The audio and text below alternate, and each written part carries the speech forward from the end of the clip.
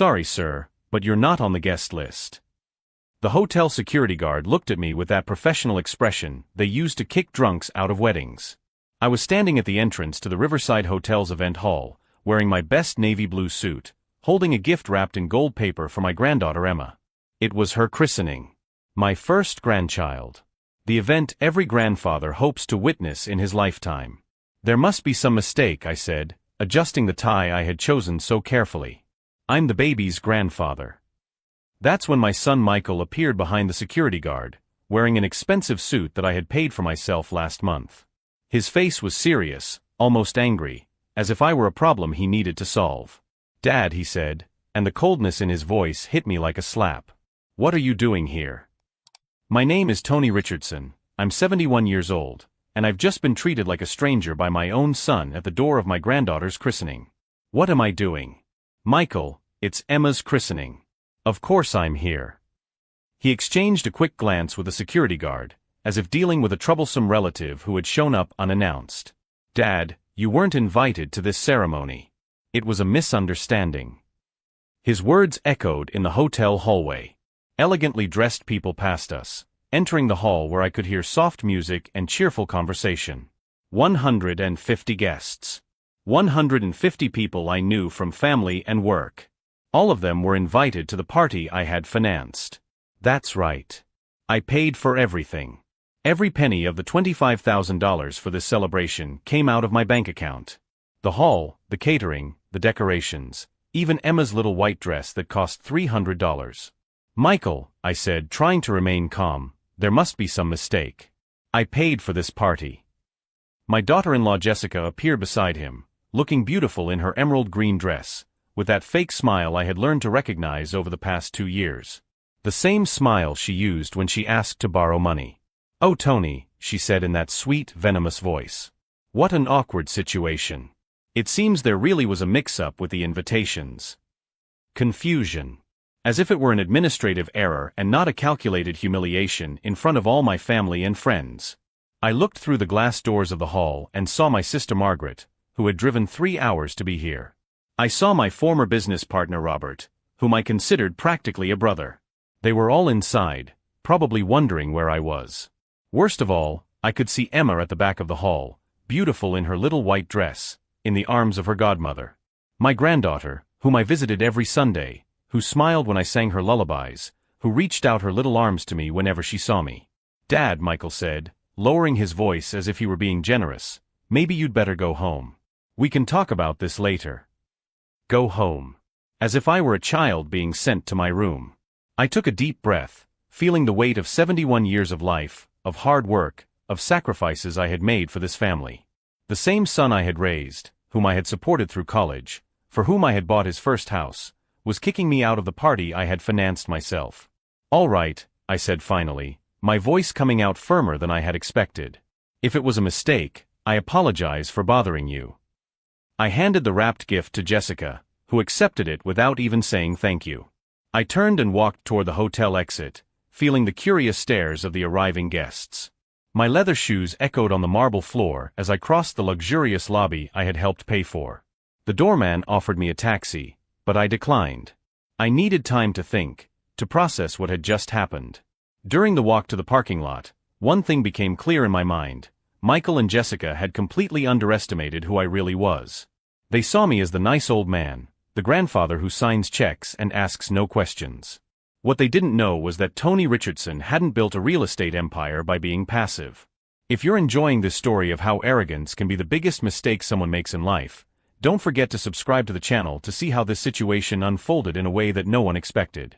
Because while Michael thought he had solved Daddy's problem, he had just awakened something that had been dormant for years. And when he got home, I would make a phone call that would change everything.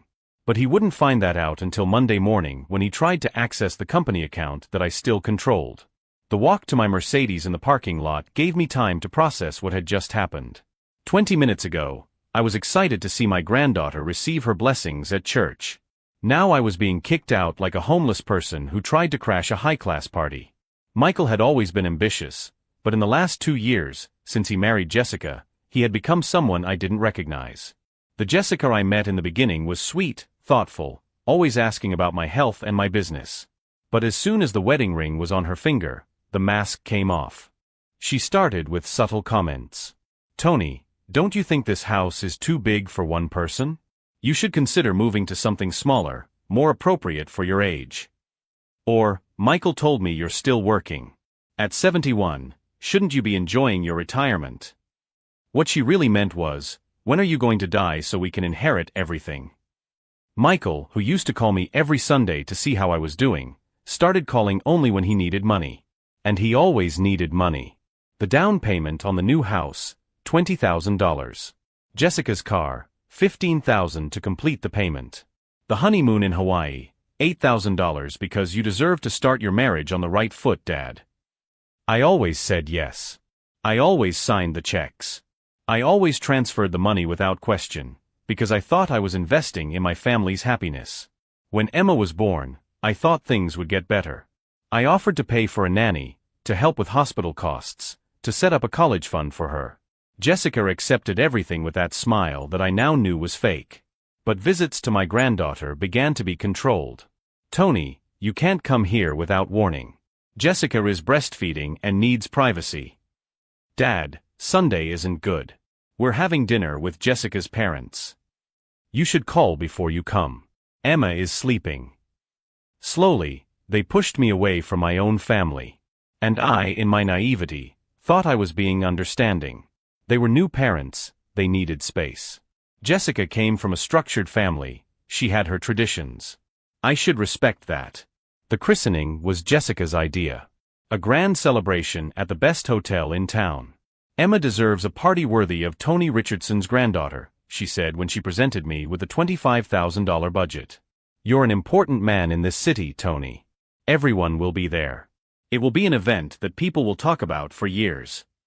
I should have paid attention to her words. People will talk about it for years. She knew exactly what she was planning. 2 weeks before the christening, Jessica came to my house alone. She was acting strangely, more affectionate than usual. She brought coffee from the French bakery I liked, asked about my real estate investments, feigned interest in my business.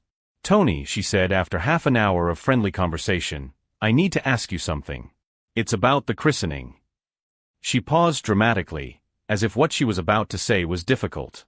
"You know I come from a traditional Catholic family.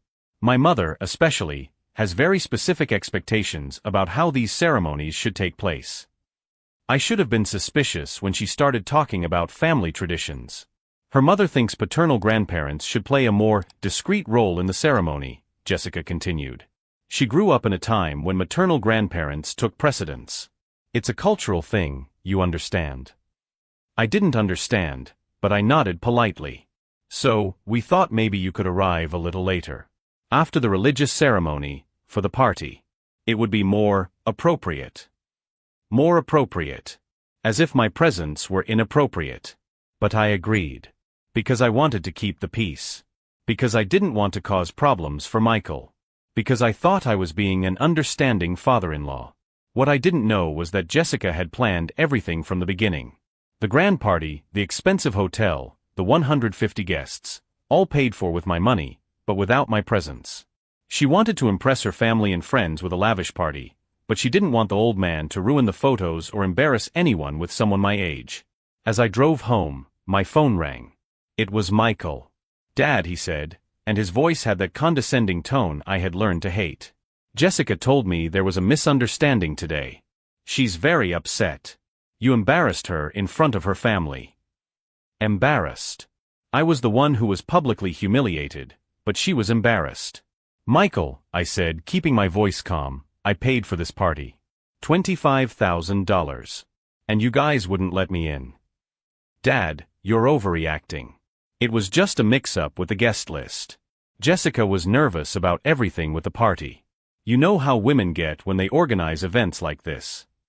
He was blaming his wife for something they had clearly planned together. "Look," Michael continued, "how about we schedule a lunch next week? You can give Emma her gifts, take some pictures. It will be more intimate, more special. More intimate. More special. Away from the eyes of anyone important." "We'll see," I said and hung up. When I got home, I sat down in my leather armchair and looked at the photos on the side table. Michael as a child, smiling on my lap.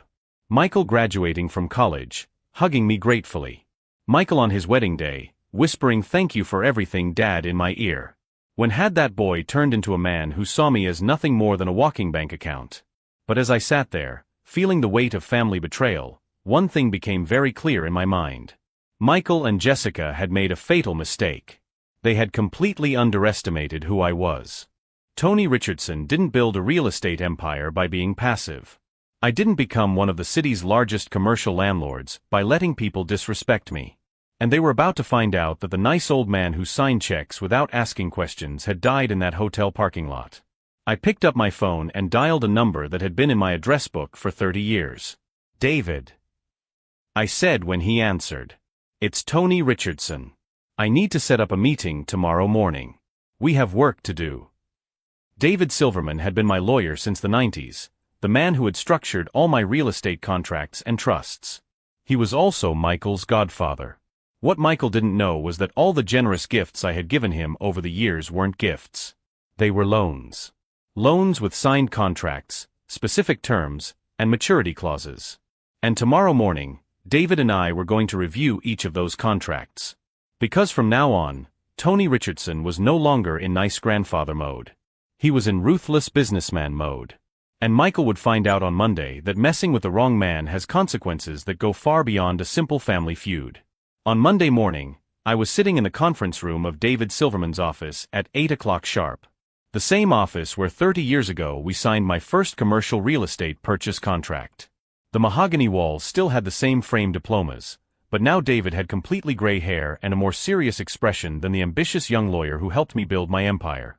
Tony, he said, adjusting his glasses as he spread folders across the table. I've reviewed all the documents you asked for. And I must say, you've been more careful than I imagined. He opened the first folder. Inside were copies of all the contracts I had signed with Michael over the past 5 years. Every generous gift I had given my son was documented as a loan with specific terms, interest rates, and maturity clauses. The house on Elm Street, David pointed to the first document. $200,000. Interest-free loan, but with a 10-year repayment term. Michael signed here acknowledging that if he failed to make the monthly payments for more than 3 consecutive months, you would have the right to foreclose immediately. I smiled. And did he make any payments, David? None. Not a penny in 5 years. David turned the page. Jessica's BMW. $45,000. Same terms. 0 payments. The college fund you set up for Emma? $50,000. Technically, it's an educational loan that Michael agreed to repay when the child turned 18. Page after page, David listed the growing debt. The honeymoon money, the credit card payments I had temporarily taken over, even Jessica's engagement ring that cost $15,000. In total, David said, closing the last folder, Michael owes you $483,000, including compound interest calculated according to the terms of the contracts. $483,000. A fortune my son had happily spent while treating me like an inconvenient nuisance. But the real bombshell came when David opened a different folder, a red folder I had completely forgotten about. And then there's this, he said, pulling out a thick stapled document. Richardson Holdings, LLC. The company you created in 2005 to manage your real estate investments. My stomach clenched. I had completely forgotten about that legal structure. Michael is listed as vice president and future beneficiary of 60% of the shares, David continued. But there is a very specific clause in the partnership agreement. Any beneficiary who demonstrates conduct detrimental to family values or the company's reputation may have their shares revoked by decision of the president, which is you. Conduct detrimental to family values. I had included that clause with the intention of protecting the company from financial or criminal scandals. I never imagined that one day I would use it against my own son. David, I said, feeling a fundamental shift happening inside me. Does publicly humiliating the company president in front of 150 people constitute harmful conduct? The smile that formed on my lawyer's face was the same one he wore in court when he knew he had won a case. Tony, my friend, this isn't just conduct detrimental to the company. It's corporate suicide. At that moment, my cell phone rang.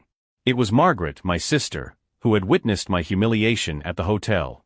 "Tony," her voice was thick with indignation. "I haven't been able to sleep since Saturday. What Michael did to you was unacceptable. Robert is also outraged. We want you to know that we are on your side, no matter what happens." Robert was my former partner, now retired, but still a respected figure in the local business community. If Margaret and Robert were outraged, so were other important people. "And there's one more thing," Margaret continued. "Jessica posted photos of the christening on social media. All the photos show the lavish party, the five-star hotel, but in all the captions she thanks only the Thompson family, her parents, for making the celebration possible. Your name isn't mentioned once, Tony. Not even once." I hung up the phone and looked at David.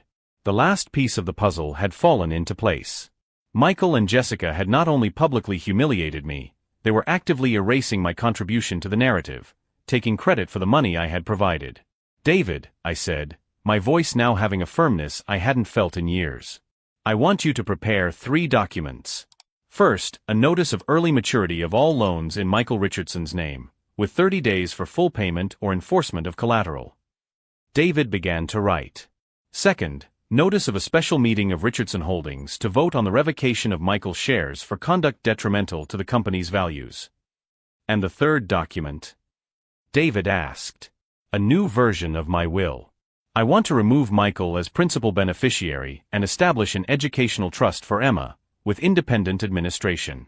Jessica and Michael will not have access to the funds until Emma turns 25. David stopped writing and looked directly at me. "Tony, are you sure about this?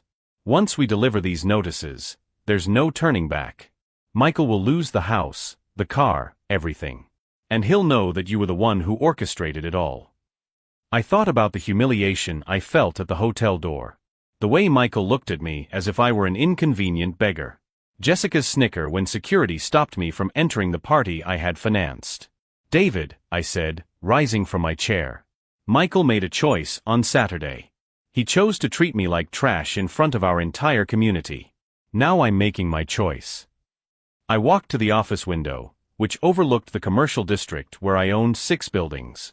Buildings worth over $10 million. Buildings that Michael thought he would automatically inherit because he was my son. "Get the papers ready, David. And make sure the bailiff delivers the notices to Michael's office, in front of his colleagues. If he wanted to humiliate me publicly, it's only fair that his downfall be public as well." At that moment, I was no longer the nice grandfather who signed checks without asking questions. I was back to being Tony Richardson, the man who built a real estate empire from scratch, who survived the recession of 2008, who turned vacant lots into lucrative commercial complexes. And Michael was about to find out that messing with the wrong man has consequences that go far beyond a simple family quarrel. As I left David's office with copies of all the contracts in my executive briefcase, I received a text message from Jessica. "Tony, Michael asked me to invite you to a family lunch on Thursday. We can talk about Saturday's misunderstanding and move forward as a united family." I looked at the message and laughed. They thought a lunch and some superficial apologies would solve $500,000 in debt and years of disrespect. I typed my reply, "We'll talk, Jessica. On Thursday, you'll find out exactly how united families really work." What they didn't know was that on Thursday morning, before our lunch, Michael would have already received the legal notices that would turn his life into a war he couldn't afford to win. And this time, I was playing to win. On Wednesday morning, I sat in my home office, watching David Silverman review the final documents that would change Michael's life forever. The sun streamed through the large windows, illuminating the 3 folders organized on my mahogany desk, a red one with the collection notices, a blue one with the revocation of company shares, and a black one with a new will. "Tony," David said, adjusting his glasses, "the bailiffs are scheduled to deliver the notices at 10:15 a.m. at Michael's agency office. I purposely chose that time because that's when he has his weekly meeting with all the employees." I smiled. The humiliation would be public, just as mine had been. "And the Richardson Holdings emergency meeting?" I asked. "Scheduled for Friday at 2 p.m. I sent the notices to all minority shareholders yesterday. They're curious about the reason for the urgency, but when they hear the details," David paused significantly, "let's just say Michael won't have a single vote in his favor." As David organized the papers, my phone rang. It was Margaret again. "Tony, you need to know something." Her voice was tense. "I ran into Jessica at the supermarket yesterday. She was showing off as usual, talking loudly about the amazing party she threw for Emma. But the worst part was when she said she finally got rid of her inconvenient father-in-law during the christening." My jaw clenched. She said that. Word for word. "And there's more. She told her friends that you were going senile, and that it was better for everyone if you stopped meddling in the young family's life. Jessica wasn't just publicly humiliating me, she was actively destroying my reputation, spreading lies about my sanity to justify the treatment they gave me." "Margaret," I said, "thank you for telling me. This confirms that I made the right decision." After I hung up, David looked at me curiously. "Anything new?" "Jessica is spreading rumors that I'm senile, trying to create a narrative that justifies excluding me from the family." David's face hardened. "Tony, that's defamation. We can add that to the lawsuits." "It won't be necessary, David. After tomorrow, Jessica's opinion of my sanity will be irrelevant. She'll be too busy trying to figure out how to pay the rent." On Thursday morning, I dressed in my best gray suit, the same one I wore for important business meetings. I chose a red tie, a color of power that Armando always said gave me authority. Today I would need all the authority I could muster. At 10:15 sharp, my phone rang. It was David. "Mission accomplished, Tony. The documents have been delivered." The officer said Michael turned white as a sheet when he read the notices. He tried to argue that there was some mistake, but obviously there was nothing he could do. "And the employees saw it?" "All of them." Apparently, Michael tried to cover it up, but when he read the total amount of the debt aloud, $483,000, there was complete silence in the room. I imagined the scene. Michael, always so confident and arrogant, being humiliated in front of his employees. The same feeling of despair I felt at the hotel, but this time deserved. 15 minutes later, my phone exploded. Calls from Michael, messages from Jessica, missed calls piling up on the screen. I ignored them all. Finally, a voice message from Michael came through. "Dad, for God's sake, answer the phone. This is crazy. $500,000? How do you expect me to pay that? I need to work. I have employees depending on me. You can't do this to your own family." His own family. As if he had remembered that when he barred me from the christening. The second message was from Jessica, and her voice was hysterical. "Tony, this is sick revenge. Michael can't even concentrate on his work. Customers are asking what happened. You're destroying his reputation. And Emma? Are you going to leave your granddaughter homeless?" Interesting how Emma was now relevant to the conversation. At the christening, my absence didn't seem to affect anything. At noon, I was at my favorite restaurant, Giovanni's, where I had reserved a table for 4. It was a public, elegant place where our conversation would be seen by other respected members of the community. Just as I wanted. I arrived 15 minutes early and chose a central table with good visibility. I ordered a coffee and waited, watching the entrance. Michael and Jessica arrived at 12:30, right on time. They looked devastated. Michael was wearing the same suit he had worn yesterday, wrinkled, as if he had slept in it. Jessica was wearing no makeup, something unthinkable for her. Her hair was messy, and her eyes were red from crying. They approached the table like convicts walking to the gallows. "Dad," Michael said, his voice hoarse with despair. "We need to talk about this. There's been a misunderstanding." "Sit down," I said calmly, pointing to the chairs. "Let's clear everything up." Jessica collapsed into a chair as if her legs could no longer support her. "Tony, please, you can't do this to us. We're your family." "Family?" I repeated, keeping my voice low but firm. "Jessica, do you remember what you told me on Saturday? That there was a misunderstanding with the list?" They exchanged desperate glances. "Dad, we already explained this," Michael tried. "It was a mistake by the event organizers."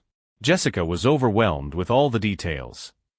"Michael," I said, taking a folded piece of paper from my jacket pocket. "This is a copy of the final guest list, which Jessica emailed me 2 weeks before the christening, asking for my approval. Do you want me to read the names?" The color drained from Jessica's face. "My name isn't on this list, Michael. It never was. Because you never intended to invite me. You wanted my money, but you didn't want me there. The silence at the table was deafening. You used me, I continued. You took my money, spent it on a lavish party to impress your friends, and when it came time to celebrate, you treated me like a nuisance. Dad, Michael tried again, his voice now breaking. It was a mistake. A terrible mistake. We're asking for forgiveness. Forgiveness. I laughed, but it was a cold sound. Michael, do you have any idea how many people saw you humiliate me? Margaret, Robert, the neighbors, family friends. 150 people saw me get kicked out of the party I paid for. If you've been following this story of how family disrespect can have devastating consequences, don't forget to subscribe to the channel, because what happened next showed that sometimes the most effective revenge is simply to let the truth speak for itself. And now, I said, folding the paper and putting it back in my pocket, you're going to learn that actions have consequences. You have 30 days to pay me $483,000, or you lose your house, your car, and everything you've built with my money. That's impossible. Jessica shouted, drawing attention from the other tables. No one has that kind of money lying around. Then you should have thought about that before you signed the contracts, I replied calmly. Or before you treated me like trash. Michael had his hands on his head, obviously doing desperate calculations. Dad, even if we sell the house, we can't come up with that amount. You know that. I know that exactly, Michael. And that's precisely the point. I got up from the table, leaving a $20 bill to pay for my coffee. You made a very high bet when you decided to humiliate me publicly. You bet that I would accept anything silently because I was just the nice grandpa. You lost that bet. As I walked toward the restaurant exit, I heard Jessica sobbing and Michael trying to calm her down. Other customers looked discreetly, recognizing the family tension unfolding at the central table. On Friday at 2 p.m., I would be at the extraordinary meeting of Richardson Holdings, where Michael would officially lose his shares in the company. On Saturday, exactly 1 week after the christening, he would discover that he no longer had a secure financial future. And on Monday, when he desperately tried to renegotiate his loans, he would discover that Tony Richardson was no longer in understanding father mode. He was in businessman who doesn't accept default mode. At 2 o'clock on Friday afternoon, I was sitting at the head of the mahogany table in the Richardson Holdings boardroom, watching Michael enter the office like a condemned man walking to the gallows. His eyes were red. He probably hadn't slept since he received the notices. Jessica wasn't with him. Apparently, she had spent the morning trying to sell the designer handbags to get quick cash. David Silverman sat to my right, with a folder of documents organized with military precision. To my left, Robert Patterson, my former partner and now board member, greeted me with a solemn nod. Margaret was also present, not as a family member but as a minority shareholder. She owned 5% of the company, a gift I had given her years ago. Thank you all for coming, I said, my voice echoing in the silent room. This special meeting has been called to vote on the revocation of Michael Richardson's shares for conduct detrimental to the company's values and reputation. Michael was pale, his hands shaking as he frantically leafed through some papers he had brought with him. Dad, please, can we talk about this in private? There's no need to involve other people. Other people? I repeated, keeping my voice controlled. Michael, everyone at this table is a shareholder in this company. They have a right to know when a vice president compromises our reputation publicly. Robert leaned forward. Tony, can you explain exactly what happened? We want to hear all the details before we vote. I took a deep breath and began to tell them. The $25,000 party I financed. The humiliation at the hotel door in front of 150 people. Being treated like an inconvenient beggar. Jessica's attempt to erase my financial contribution from social media, crediting only her family. Moments like this, I said, looking directly at Michael, reveal a person's true character. And the character my son has shown is not compatible with the values this company represents.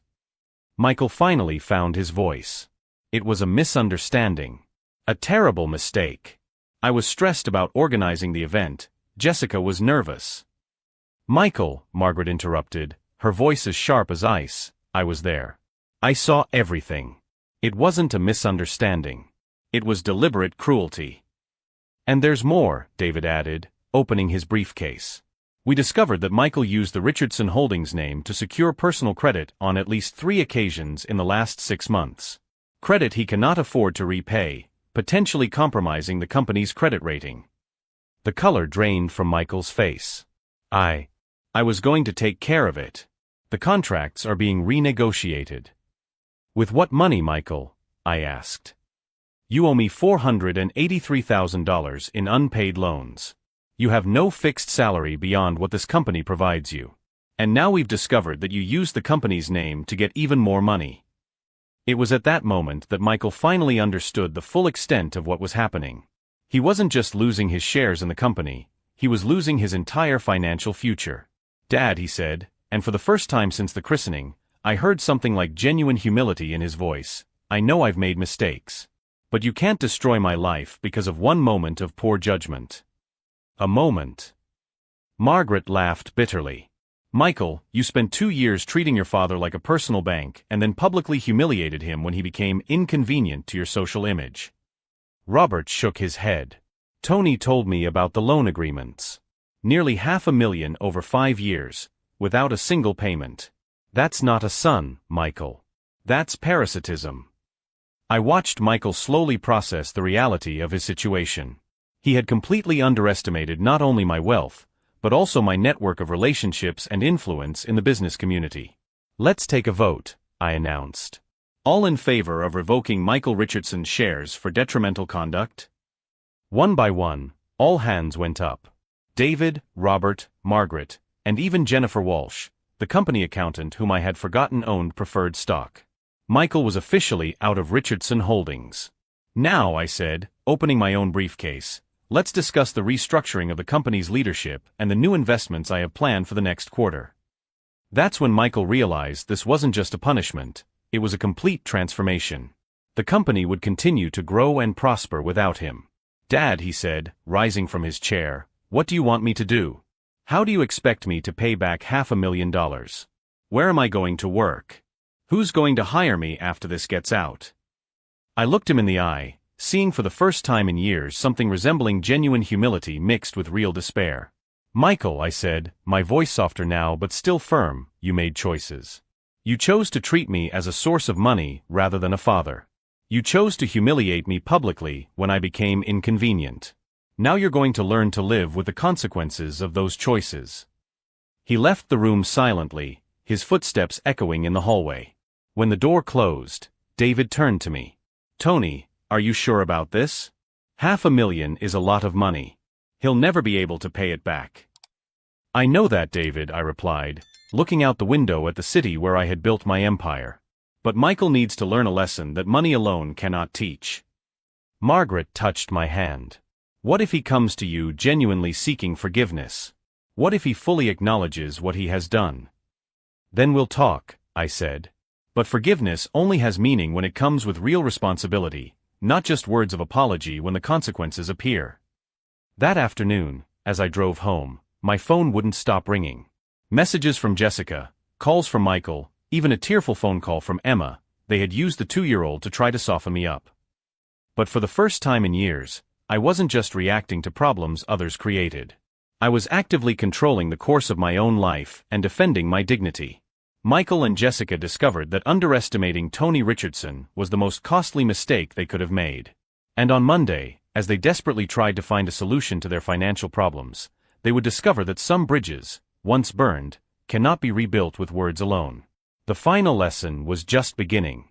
6 months later, I was sitting in my new office, a smaller but elegant room in the city center, when Margaret called me with news about Michael. Tony, you need to know. Michael is working as a salesman at a used car dealership. Jessica got a job as a receptionist at a veterinary clinic. My sister's voice mixed satisfaction with a hint of pity. They had lost everything. The house on Elm Street had been sold to pay off part of the debt. The BMW had been returned to the bank. Now they lived in a small 2-bedroom apartment, sharing the space with Emma in a life completely different from the one they had known. But the most profound transformation had happened to me. At 71, I had rediscovered who I really was. I sold half of my commercial real estate and invested in an educational foundation in memory of my late wife, Martha. The money that had once supported my son's parasitic lifestyle now funded scholarships for young entrepreneurs. Last Tuesday, something unexpected happened. Michael showed up at my office, alone, wearing a simple suit that he had clearly bought at a department store. His hands, calloused from manual labor at the dealership, were evidence that he had finally learned the value of honest work. "Dad," he said, and for the first time in years, I heard genuine humility in his voice. "I'm not here to ask for money or mercy. I'm here to ask for forgiveness. It took me 6 months of working 12 hours a day to understand how far I had strayed from the man you tried to raise." He handed me an envelope. Inside was a check for $500, his first voluntary payment toward the debt. "It will take the rest of my life to pay it all off," he continued, "but I want you to know that I've learned my lesson. Not about money, but about dignity." Jessica had changed too. According to Margaret, she had stopped posting extravagant things on social media, and now shared simple moments with Emma at the public playground. The woman who once refused to be seen anywhere that wasn't luxurious now worked 8 hours a day caring for abandoned animals. Most importantly, Emma, now 2.5, started calling me Grandpa Tony again. Michael had stopped pushing me away from her, recognizing that I was the only constant financial and emotional stability in the child's life. In the end, the lesson wasn't about revenge or power. It was about the fact that dignity is priceless, and that people who treat you as disposable only do so because they have never faced real consequences for their actions. Michael and Jessica learned the hard way that respecting family is not optional, it is fundamental. They discovered that publicly humiliating someone can result in losing everything they value most. As for me, at 71 years old, I learned that it's never too late to regain your self-esteem and redefine your relationships based on mutual respect, not financial convenience.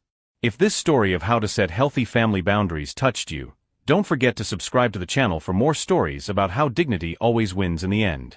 Today, when I look at Emma playing in my office while Michael finishes his shift at the dealership, I see a family rebuilt on solid foundations. Not on easy money, but on honest work, genuine respect, and love that doesn't depend on bank statements. And that's a legacy that's really worth leaving behind.